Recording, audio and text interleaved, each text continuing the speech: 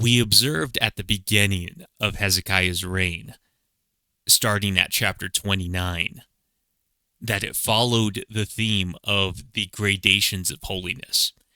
Chapter 29 began with the restoration of the temple. Chapter 30 moved out into Jerusalem, where they observed the Passover. In chapter 31, we're going to deal with the rest of the realm of Judah. And then in chapter 32, we're moving outside, or rather, the outside, embodied by Sennacherib, is going to invade the Holy Land. And so these two chapters are going to be our focus today. And given that we're doing two chapters, we're going to kind of move along quickly through a lot of this stuff. Even though the notes are more thorough, we'll just mostly hit the highlights and some items of interest. And for us, straight away, we're hit with one of these items of interest. The first verse of chapter 31 is rather long. It's 50 some odd words. And we'll just follow here with Lightheart's roughly chiastic pattern.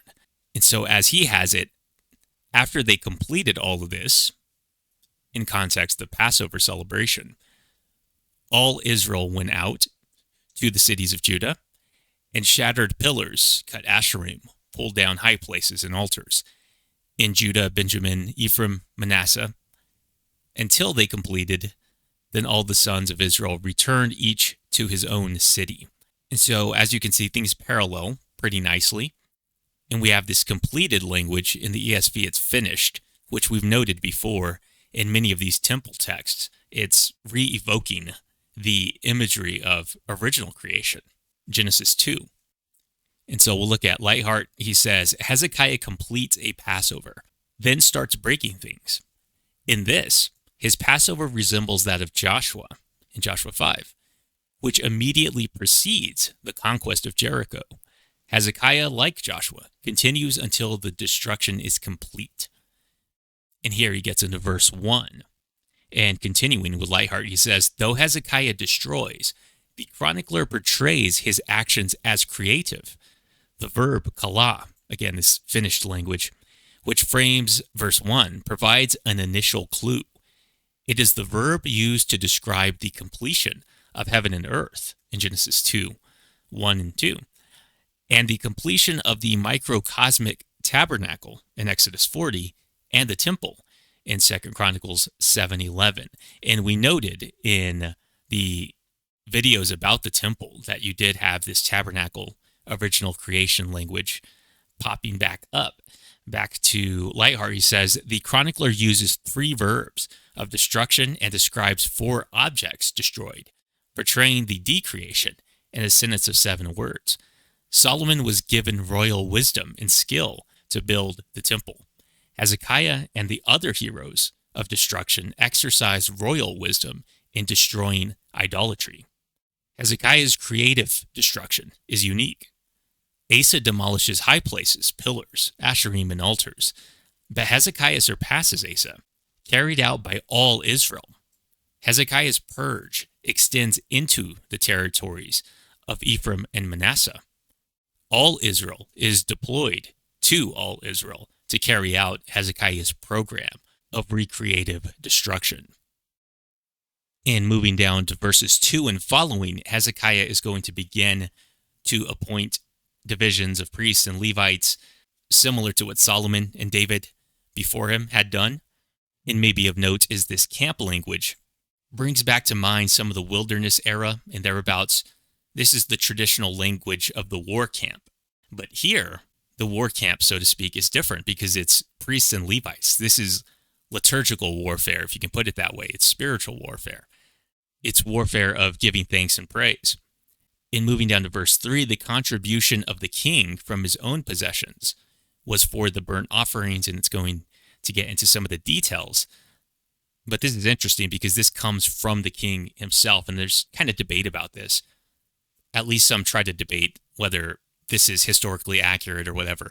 Klein in his commentary says, in Ezekiel's vision of the future temple, the prince provides sin offerings, grain offerings, and offerings of well-being.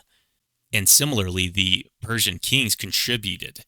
For example, Ezra 6:9, young bulls, rams, sheep, as well as wheat, salt, wine, oil. And according to number 7, the leaders of the people contributed various items for sacrificing. Since the temple in pre-exilic times was a royal chapel, it strikes me as quite likely that the kings did in fact contribute animals for sacrificing. So just to point out that this does seem historically accurate, but more than that, think theologically about this, because this would seem to imply that the king is also providing for the temple in a preeminent manner or fashion. And I can't help but think of that Christologically in the sense that the God of gods will become incarnate as the King of Kings, and he will offer up the greatest contribution imaginable. He will give himself. But that idea is perhaps foreshadowed in the way the kings were expected to supply the temple in this preeminent fashion. And moving down to verse 4, and he commanded the people who lived in Jerusalem to give the portion due to the priests and the Levites, that they might give themselves to the law of the Lord. And this language of might give themselves is actually this made strong language against the basis of Hezekiah's name. So that's noteworthy immediately, but the language itself is a little bit obscure. Nobody knows exactly what to do with this, but here are the options. John Stone says every ordinary householder is responsible for the allocation due to the priests and Levites, so this tithe kind of conception. Only so can the clergy be strong in the law of the Lord. That is, devote themselves to their primary tasks in sanctifying the people. So that's the way he takes this. And Williamson says this is usually explained as referring to their temple duties, more or less what Johnstone said. There may also, however, be an allusion to the increasing importance of study of the law for its own sake in the post-exilic period. Compare Psalm 1 and 119, as well as elsewhere, that they are giving themselves over. They're being made strong in the Torah of Yahweh. So in a sense, they become like scholars of the law. So that might also be what's in view here. And in verses 5 and following, the people are going to give abundantly, and in some sense, overabundantly. And verse 5 is of note. It says, as soon as the command was spread abroad. And this is that breakout language that we first encountered in the Ark narrative, when David broke out with a plan to move the ark, but he didn't involve the priests. He didn't seek the counsel of the priests and the Levites. And it led to the Lord breaking out against Uzzah, and the place becomes called Perez Uzzah. Again, this term right here. And then in the next chapter, David, he seeks the Lord, and now the Lord breaks out against the enemies of David. And the language has popped up here and there, but here it shows up, and the commentaries really don't do much with this, other than to note the oddity of the word being used here. But perhaps we should think of this as a breakout of generosity, because that's what's going to happen. They're going to give abundantly the tithe of everything, and it's going to result in this surplus, these heaps, as it's called here. Verse 7, in the 3rd month they began to pile up the heaps and finish them in the 7th month. And this is interesting because the 3rd month is the time of the grain harvest, and the 7th month marks the end of the vine and fruit harvesting. Compare Exodus 23:16. And if you go look at this passage, this is dealing with the festivals, that is the Feast of Harvest and the Feast of Ingathering. So the 3rd and 7th months are associated with these feasts. And so when Hezekiah and the princes came and saw the heaps, they blessed the Lord and his people Israel. And it should be noted that this also calls back to David and Solomon, who both blessed the people. Verse 9, and Hezekiah questioned the priests and the Levites about the heaps. This question language is actually seeking language. Remember, David sought the Lord in chapter 14 of 1 Chronicles. After the breakout against his people, he now seeks the Lord, and now the Lord is going to break out against his enemies. Well, here we have the king now seeking the advice of the Levites about what they're supposed to do with this surplus. And Johnstone says, by inappropriate action, they can invalidate the gifts. Hezekiah therefore now turns to the clergy to require of them an account of the disposal of these heaps of holy things. And he points out the seeking language here is now used with a preposition to indicate calling to account. And then we have Azariah, the chief priest, who would be the great-grandson of the other Azariah, who was the priest of Uzziah. And he answers, since they began to bring the contributions into the house of the Lord, we have eaten and had enough and have plenty left, for the Lord has blessed his people, so that we have this large amount left. This contributions language is kind of interesting, and it's going to begin to populate throughout this section. But it's a bit of a callback. This is the same language used in Exodus 30:13 through 15, which is the Moses tax on the census. Here in Exodus, translated as offering. And so Johnstone writes of this, that this term, contribution, is used here in an all-purpose way, as in Numbers 18:8-32, which gives an idea of the scale of offerings the priests and the Levites have to handle. It may have more specific uses, such as free will offerings in kind, or significantly in the context of the census in 1 Chronicles 21, the levy, tax, imposed on the people when they are mustered for service. And of course, remember, this is one of the massive failings of David, is when he incorrectly numbers the people.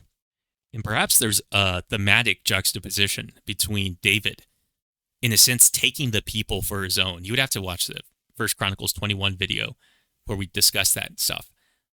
But by numbering the people without going through the proper channels, resulted in that. It was essentially David taking the bride of Yahweh for himself. And maybe that's why this language, you kind of get a callback here, because what's at issue in this section here, they have to, as Johnstone said, they have to take account for this generosity that they've received. So they can't misuse these funds in the same way that David should not have misused the people. Here it's the people's money that they can't abuse. And so they have to give proper accounts for that. And so as a result, they prepare these chambers in the house of the Lord, basically to store the excess stuff in. What's interesting is this prepare language is going to pick up the name of this individual here, the chief officer that was put in charge of this stuff. His name is associated with that term. And his name also looks very similar to Chenaniah, who we encountered in 1 Chronicles. He was the so-called leader in music. But he was also connected to the capitation tax, as Johnstone points out. And so he says, identity of function, if not of name, seems certainly to be implied by the specification of his duties in verse 13. He is assisted by overseers in the muster of the people by king and high priest, and is referring down here to overseer and appointments, which Johnstone actually takes issue with. He says this seems too vague, and is pointing out, though, that these come from the same key root word. So as you can see, the PQD root in both of these terms. But Johnstone continues, by this standing muster of Israel in its state of perpetual mobilization, every duty to king and to God is rendered and monitored. Israel is established and maintained as the Lord's sacramental host. So that kind of goes with what we were just talking about a moment ago. It's kind of like these safeguards against abuse of power. And so we continue kind of with a roll call of various individuals who are put in these overseeing positions. And then verse 16 and 17 get into some nuts and bolts aspects of how the tithes were kind of divvied up. I don't want to get into the gory details. I have a lot of information in the notes, but I'm not going to get into it for the sake of time. But we'll conclude here with verse 20. Thus Hezekiah did throughout all Judah. And he did what was good and right and faithful before the Lord his God, and every work that he undertook in the service of the house of God and in accordance with the law and the commandments, seeking his God, he did with all his heart and prospered. A lot of key vocabulary in that section. And it's with these orthodox expressions in the last 3 chapters, that Hezekiah now is going to be faced with a test in the figure of Sennacherib. And so verse 1 reads, after these things and these acts of faithfulness, Sennacherib, king of Assyria, came and invaded Judah and encamped against the fortified cities, thinking to win them for himself. And I write of this that we've seen a pattern of good kings establishing and or reforming and then interaction with foreign nations. Sometimes that interaction is collaborative, such as Solomon, or even David for that matter. Other times, such as 2 Chronicles 20, the people of God are immediately faced with a battle. And this passage is Jehoshaphat. After these reforms, after this, the Moabites, Ammonites, so on and so forth, come against him in battle. And in fact, there's going to be some similar callback to this in our section here with Sennacherib. And so Hezekiah sees that Sennacherib intends to invade. And so verse 3, he planned with his officers and his mighty men to stop the water of the springs that were outside the city, and they helped him. This helped language, of course, is our Ezer-type terminology. It's another key term. But Johnstone, writing of this, says, accordingly, Hezekiah takes common counsel with the leaders, including the military heroes. And these are the mighty men, the Gabor. The project is to block up the springs in the vicinity of Jerusalem. It is an obvious military strategy in a hot climate to deny the enemy water. But there is a profounder significance. Water is one of the potent symbols of the Jerusalem tradition of theology. As the waters of chaos were once ruled by God at creation, so he continues to rule the powers of chaos in nature and in history. And here he points to Psalm 46, compared the use of the water of Shiloh as figure for divine blessing in Isaiah 8, 5-8, in contrast to the turbulent waters of Sennacherib's river, the Euphrates. The vocabulary of Isaiah 8:8 is picked up here in verse 4 in a rather different sense. But we talked about this, the chaos imagery, especially in the video on the Bronze Sea. The sea has been restrained. We discussed that language then. And so while militarily this is an obvious tactic, there is some theological underpinnings to the way that this is discussed for them to stop up these springs and the brooks so that the Assyrians can't find water there.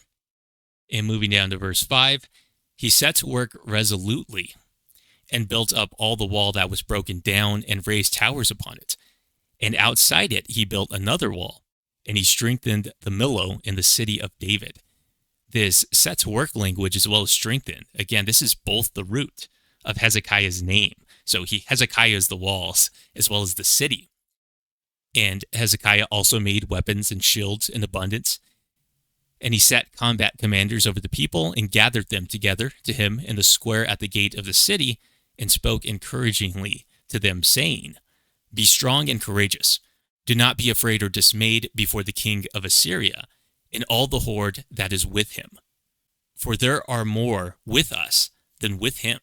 With him is an arm of flesh, but with us is the Lord our God to help us to fight our battles. And the people took confidence from the words of Hezekiah, king of Judah.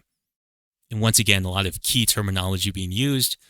Also of note is this speech that he gives is actually a multiple of divine numbers, 34 words total. But Johnstone writes of this, the ground for confidence is precisely Jerusalemite Emmanuel theology. The Lord is with us. 5 times in 9 words, the preposition with is used. It is in the power of the Lord of hosts that the horde of the nations of the world can be vanquished. And we saw this language of the great horde or great multitude of people. Here he lists Abijah, but the language also showed up elsewhere. The relative physical strength of the two sides is irrelevant to the theological power of might at play in the situation. The Assyrians only have the arm of flesh. For the phrase, compare Jeremiah 17:5. Israel is vested with the power of the Lord. God is the true help. The battle belongs to the Lord. Our battles are sacramentally his battles.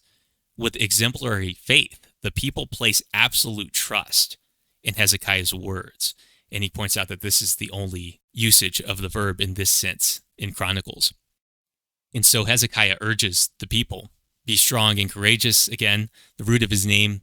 And we've seen this strong and courageous language used throughout. It goes back to Joshua. But he encourages them that it doesn't matter who's with them because the Lord is with Judah. So it doesn't matter what his forces are. But now moving down to verse 9 and following, after this, Sennacherib, king of Assyria, who was besieging Lachish with all his forces, sent servants to Jerusalem to Hezekiah and to all the people of Judah who were in Jerusalem, saying, Thus says Sennacherib, king of Assyria, On what are you trusting that you endure the siege in Jerusalem? Is not Hezekiah misleading you, that he may give you over to die by famine and by thirst, when he tells you, The Lord our God will deliver us from the hand of the king of Assyria? Has not this same Hezekiah taken away his high places and his altars, and commanded Judah and Jerusalem, Before one altar you shall worship, and on it you shall burn your sacrifices? Do you not know what I and my fathers have done to all the peoples of other lands? Were the gods of the nations of those lands at all able to deliver their lands out of my hand? Who among all the gods of those nations that my fathers devoted to destruction was able to deliver his people from my hand, that your God should be able to deliver you from my hand? Now therefore do not let Hezekiah deceive you or mislead you in this fashion, and do not believe him. For no God of any nation or kingdom has been able to deliver his people from my hand, or from the hand of my fathers. How much less will your God deliver you out of my hand? And his servants said still more against the Lord God, and against his servant Hezekiah. And we'll break it off there to take a look at some of this stuff. And we'll pick up with John Stone. He says, Who are you relying on is the key issue. The continuation of the question, back in verse 10, supplies the surface answer, Jerusalem as fortress. But that focuses the question in still more specific terms. Wherein lies the strength of Jerusalem? Craftily, Sennacherib begins at the physical level. Cooped up in Jerusalem, they can only die in lingering death by hunger and thirst. In the parallel account in Kings, they actually elaborate on this in a much more vulgar way. They say that they're going to eat dung and drink urine. That's what they're going to be reduced to. But continuing with Johnstone, he says, Hezekiah has simply disastrously miscalculated his defense measures.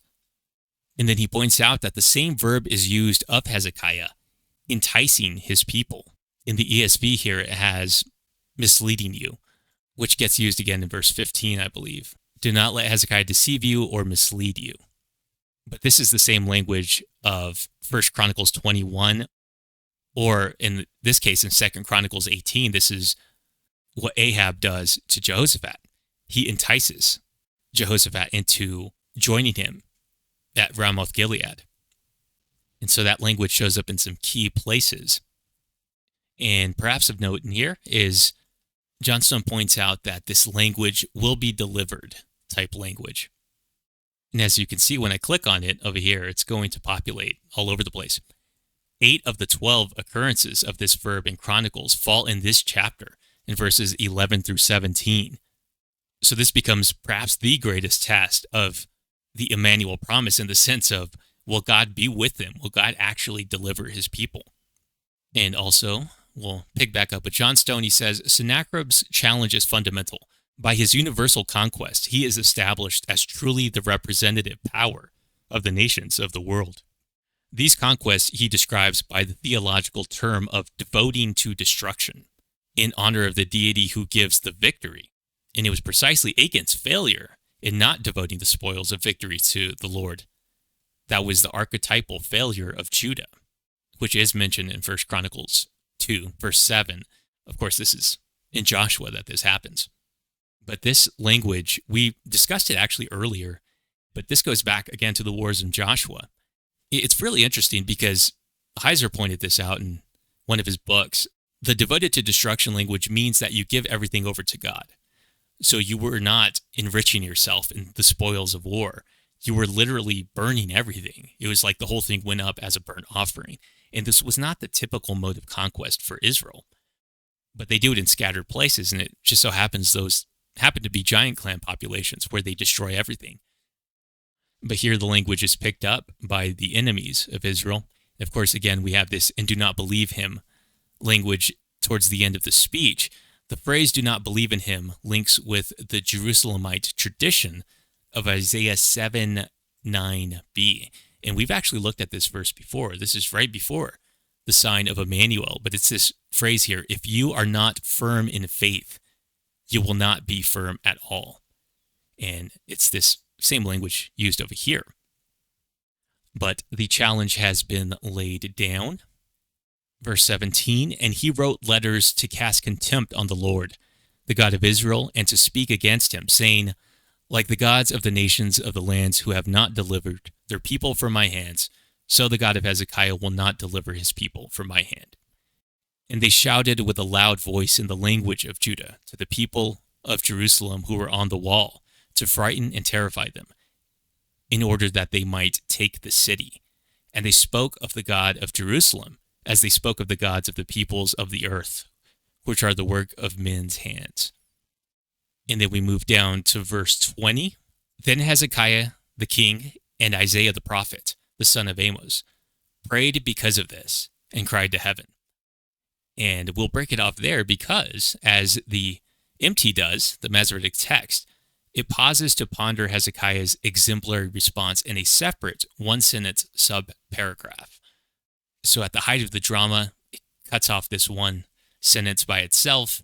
Continuing with Johnstone, Hezekiah turns the problem over to the Lord, the one who was fundamentally the target of Sennacherib's insolence.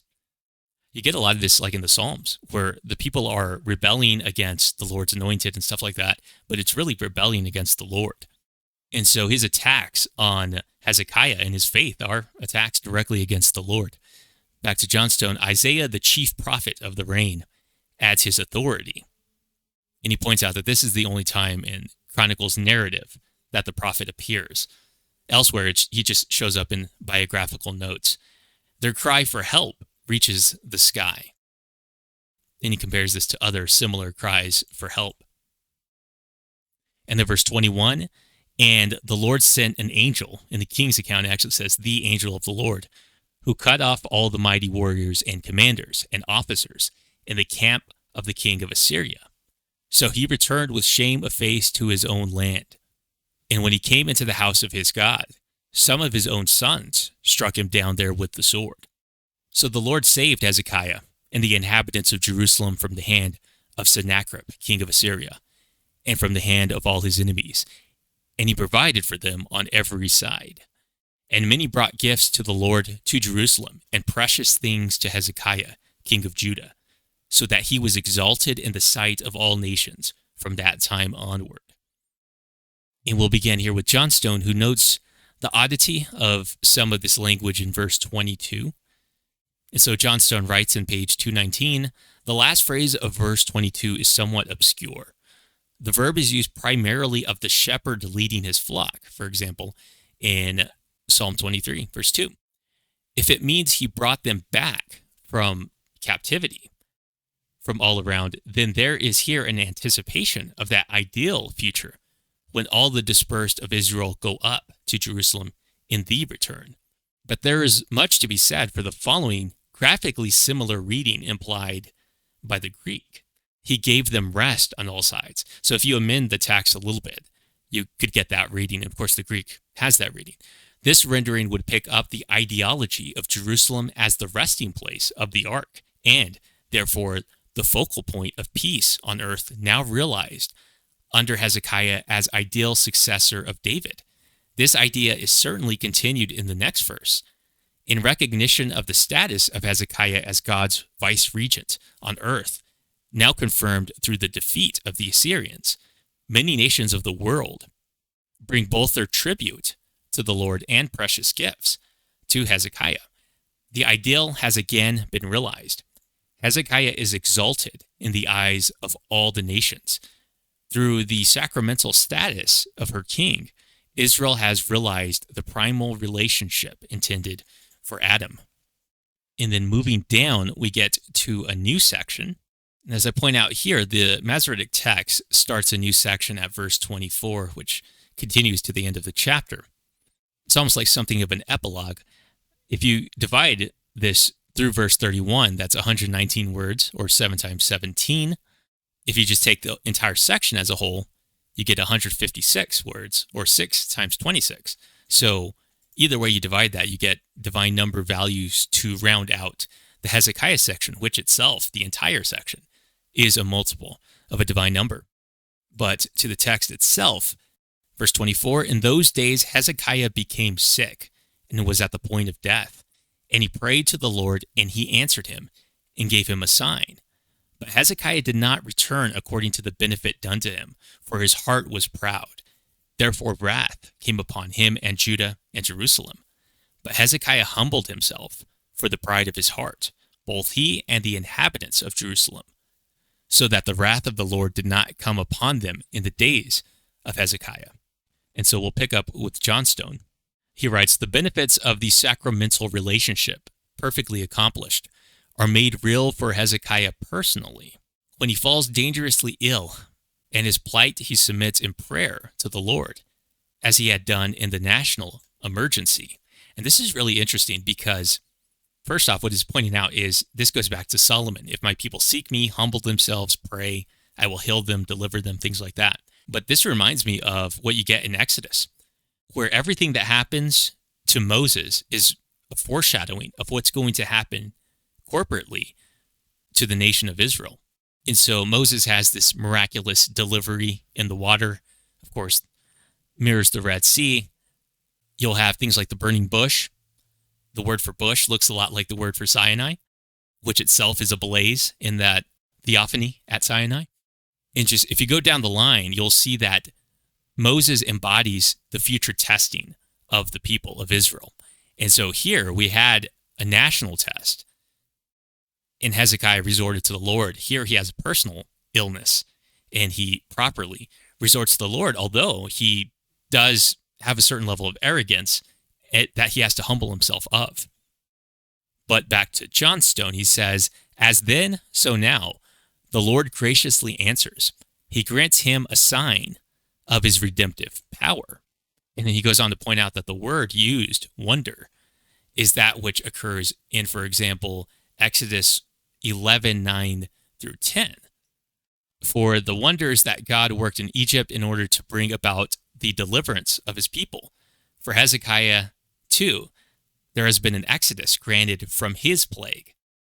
And so what is referring to here is this sign language, is what you get, for instance, here in verse 9. Then the Lord said to Moses, Pharaoh will not listen to you, that my wonders or my signs may be multiplied in the land of Egypt.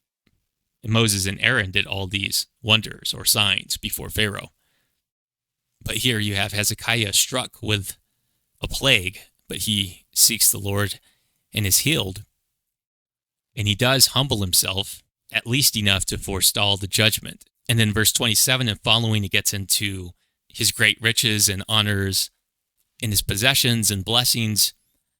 And then in verse 31, and so in the matter of the envoys of the princes of Babylon, who had been sent to him to inquire about the sign that had been done in the land, God left him to himself in order to test him and to know all that was in his heart. And then it gets into now the deeds and the acts, so on and so forth. He passes away. They bury him in the upper part of the tombs of the sons of David. This language here, this ascension type language, is unique. It doesn't occur elsewhere. The inhabitants of Jerusalem did him honor at his death, and Manasseh his son reigned in his place. Now let's take a look at these last items of interest here. I do want to point out this aspect from Han's commentary. He says, again and again, even the good kings stumble, and for every new creation there is an almost immediate fall into unfaithfulness. This is true especially in the twilight of the Davidic kingdom. The chronicler gives a twist on this theme in his final royal portraits. Although Hezekiah succumbs to a proud heart and brings wrath upon himself and the kingdom, he humbles himself and finds mercy. Again, we see the chronicler holding Hezekiah up as a model for the chronicler's contemporaries. But in spite of all the good he did, he still has this one last stumble here in verse 31. And we'll pick up with Han. He says, at the end of his account of Hezekiah, the chronicler interprets an episode in which envoys from Babylon come to seek his guidance. God left him to himself in order to try him and to know all that was in his heart.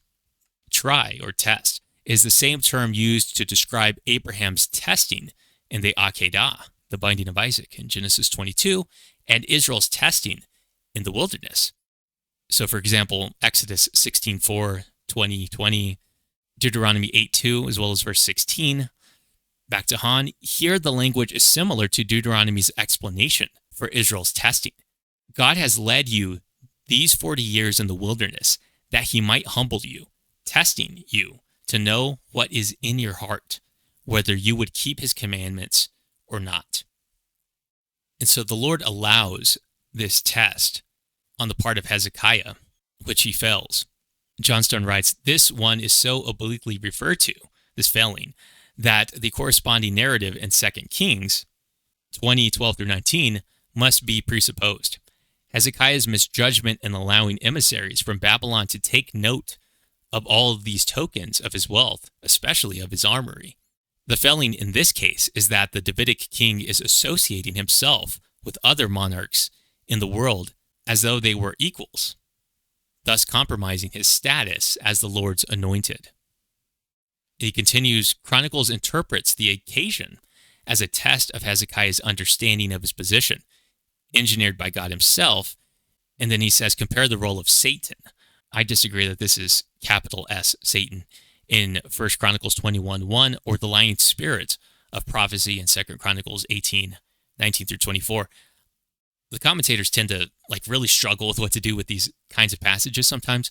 I think pretty consistently, the only problem arises if you presuppose a deterministic reading.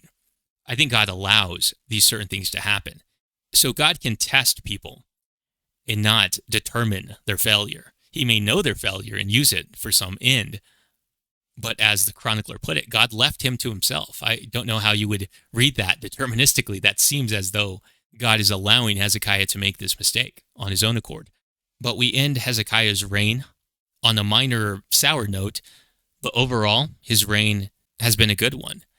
But that's not going to be the case with his son, Manasseh, which we will pick up in the next chapter.